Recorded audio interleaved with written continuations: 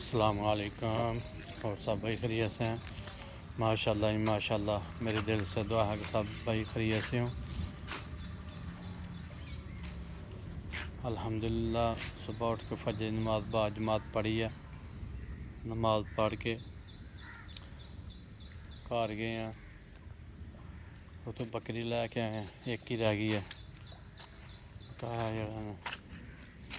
चला गए हैं जिथे जानी है। तो रात नूं बारिश पई दी है, तो हुण सुबह सुबह हवा चलती पई है, ठंडा प्यारा मौसम है। तो असें हूँ थोड़ी मैं सैर कर ली है, नाले इंजॉय कर लिया थोड़ा जहा मौसम का। अज जुम्मतुल मुबारक है, तो इंशाअल्लाह अज जुम्मे की भी तैयारी करांगे।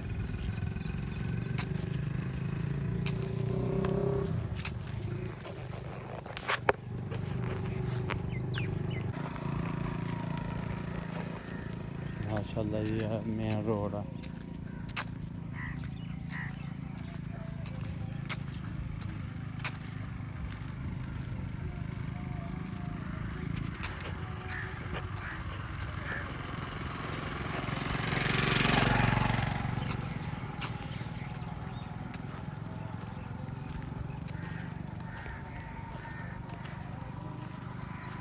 कितना प्यारा मौसम है।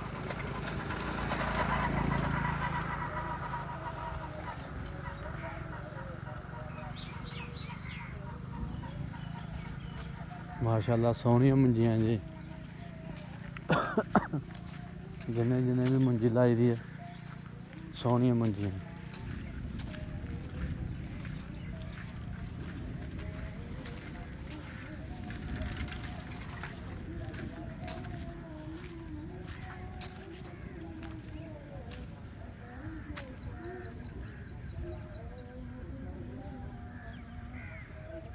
सुबह सुबह कितना हसीन मौसम है।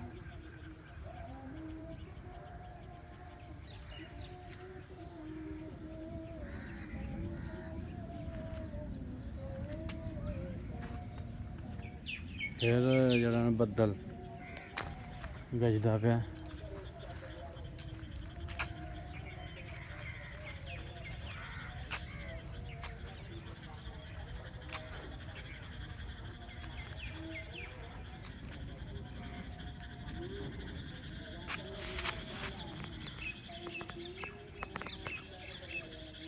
बदल हो गया। फिर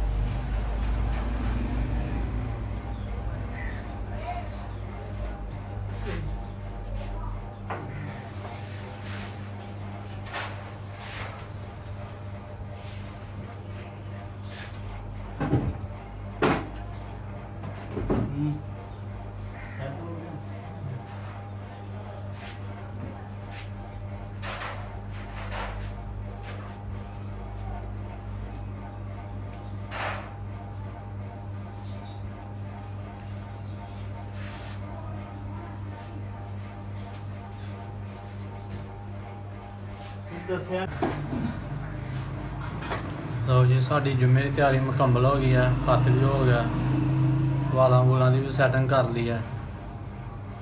ਤੇ ਅਸੀਂ ਹੁਣ ਚੱਲੇ ਹਾਂ ਘਰ, ਜਾ ਕੇ ਨਹਾਉਂਦੇ ਧੋਂਦੇ ਹਾਂ, ਨਹਾ ਕੇ ਕੱਪੜੇ ਮਾਸ਼ਾਅੱਲਾ ਪਾਉਂਦੇ ਹਾਂ ਤੇ ਜੁਮਾ ਪੜ੍ਹਦੇ ਹਾਂ। ਤੁਸੀਂ ਵੀ ਜੁਮੇ ਦੀ ਤਿਆਰੀ ਕਰੋ, ਅਸੀਂ ਵੀ ਕਰਨੇ ਹਾਂ। ਲਓ ਜੀ, ਮਾਸ਼ਾਅੱਲਾ ਖਤ ਕਰਵਾ ਕੇ ਨਹਾ ਕੇ ਕੱਪੜੇ ਪਾ ਕੇ ਨਾਲ ਅਲਹਮਦੁਲਿल्लाह जुमा पढ़न चले हैं। मस्जिद की तरफ जा रहे हैं असीं इंशाअल्लाह। जे टाइम होया तो बयान सुनावांगे तुहानूं।